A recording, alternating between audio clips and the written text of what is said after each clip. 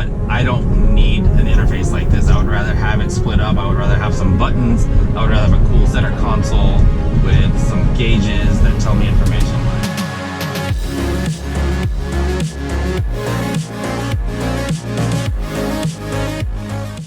Hey everybody, so a lot of you follow me for my EV6, right? So some of you might follow me for my Audis.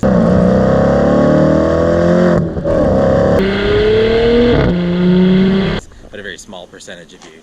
So today I had a chance to borrow a car that's a very strict competitor for the EV6, and to me it's always kind of been ho-hum. I've never really been interested in borrowing it.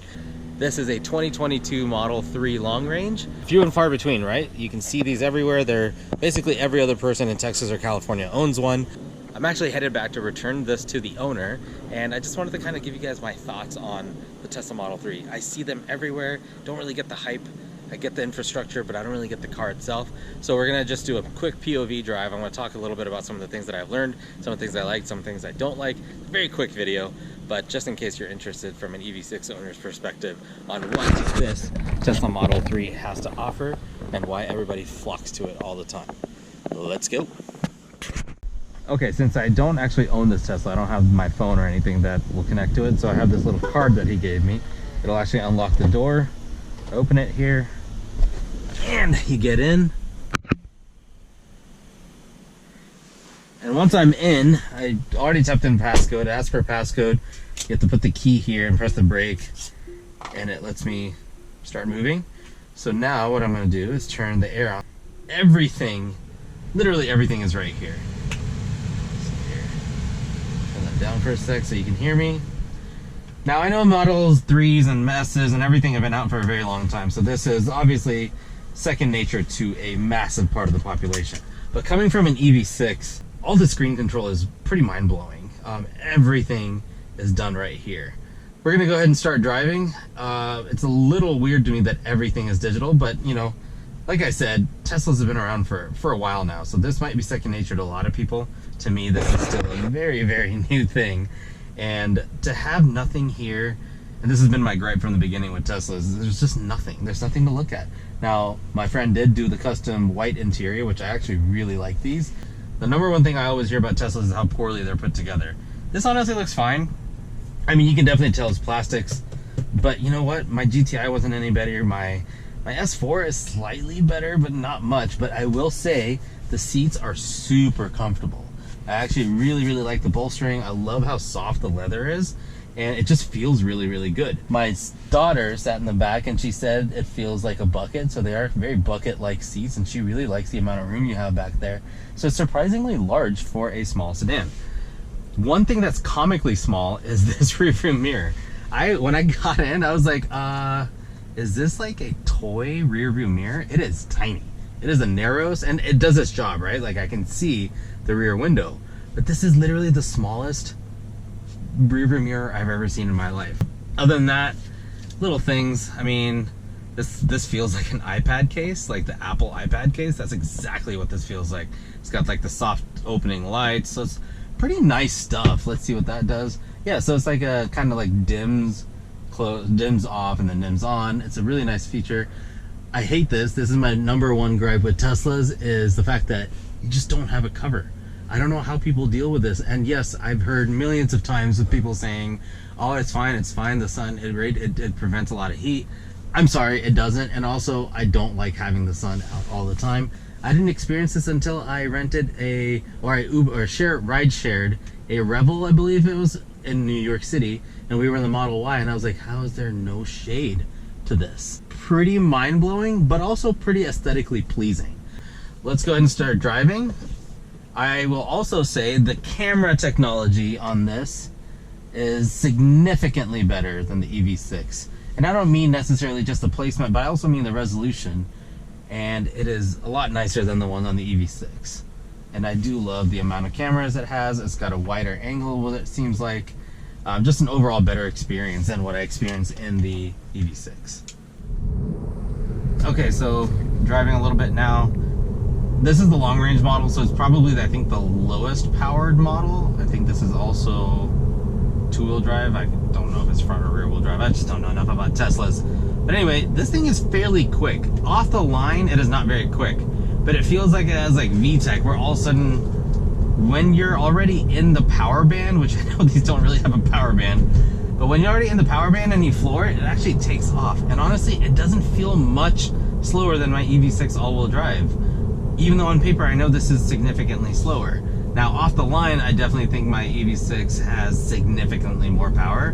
But when you're already driving and you're in, you know, the speed, this doesn't feel that slow. So I can only imagine what a Model 3 performance feels like.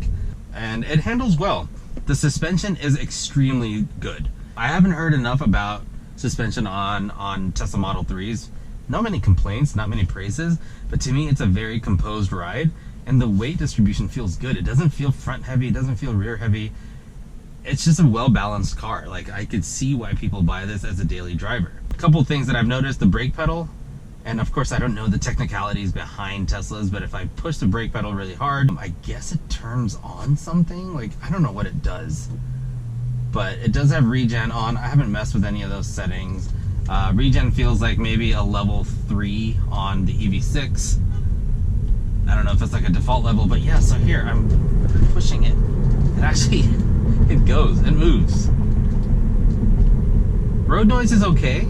It's nothing to write home about. It's a pretty standard sedan. There's no creaks or anything in here. This car's only a few months old, maybe a year old, but no creaks or anything. But I just can't get past this. This is just too much in the middle for me, and I'm sure you get used to it. But not having anything here, and then having this ginormous thing right here, and everything is touch, not for me. And I think my least favorite part about this car so far is the steering wheel. It literally looks like a toy.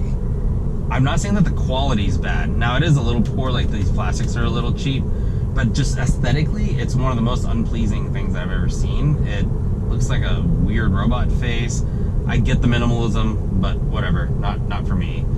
The dash is very streamlined, straight across, very, very clean lines. Feels like you're in a, I don't know, a sterile hospital room or something like that. Overall, it's a good place to be. Like, these seats are phenomenally comfortable. I can't ever imagine anybody complaining about this specific seat. So to me, this makes a really, really good daily driver. Of course, it comes with the infrastructure that Tesla's known for. So there are definite pluses about it. So let's take a look at this from maybe a perspective of somebody who's driven an EV6. Would I be enticed to switching? Very short answer, no. I am not the demographic for this car. I need something a little bit more original. In fact, this is gonna sound very pretentious and maybe even kind of like I'm an ASS, but I don't like being seen in one of these.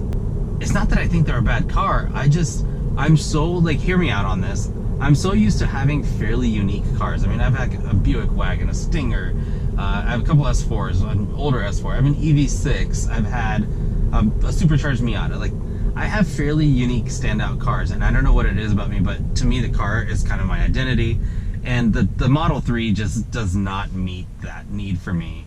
Now, 99% of the population doesn't care about stuff like that, which is why this car sells. Me, personally, because I do feel like cars are a little bit of an extension of my personality, this car definitely isn't it. It's a fun car. It's a good car. I can see why people buy it. In fact, I can storm around. It's quick. I actually kind of enjoy driving it. And it's smaller and less boat feeling than my EV6, which I really like, actually. So I see the appeal. But I'm going to stand by the fact that this car does not speak to me when it comes to personality, when it comes to looks or aesthetics. But it works. It works for most of the population, which is why, like I said, this car will continue to sell and continue to be probably the best-selling sedan, at least electric sedan. I don't know sales figures. I don't really care. But overall, cool experience. Really helps justify to me why, like, I like Teslas. I like what they've done to the industry. I don't care about Elon or any of that political stuff, but I do like what Tesla's done for the industry. I think from a technology perspective, this thing is just phenomenal, although I don't need it. I don't need 99% of the things that are happening right here on this one screen. The one thing I do like is this and the cameras. Other than that, I'm fine with the way the EV6 works. I'm not saying this is bad. This is actually pretty cool, but I don't need an interface like this. I would rather have it split up. I would rather have some buttons. I would rather have a cool center console with some gauges that tell me information, but that's just me. That's my quick take on the Tesla Model 3. Really, really cool car. I can see why it sells. Just for me, the personality, or lack thereot, I should say, is just not there. In order to not piss more Tesla people off, I'm just gonna go ahead and sign off. I'm sure if I had a lot more engagement on my YouTube channel, I'd probably have a lot of comments about, you know, maybe you should do this, maybe you should do that, or why would you buy a Kia over a Tesla, and all those kind of things. But you know what?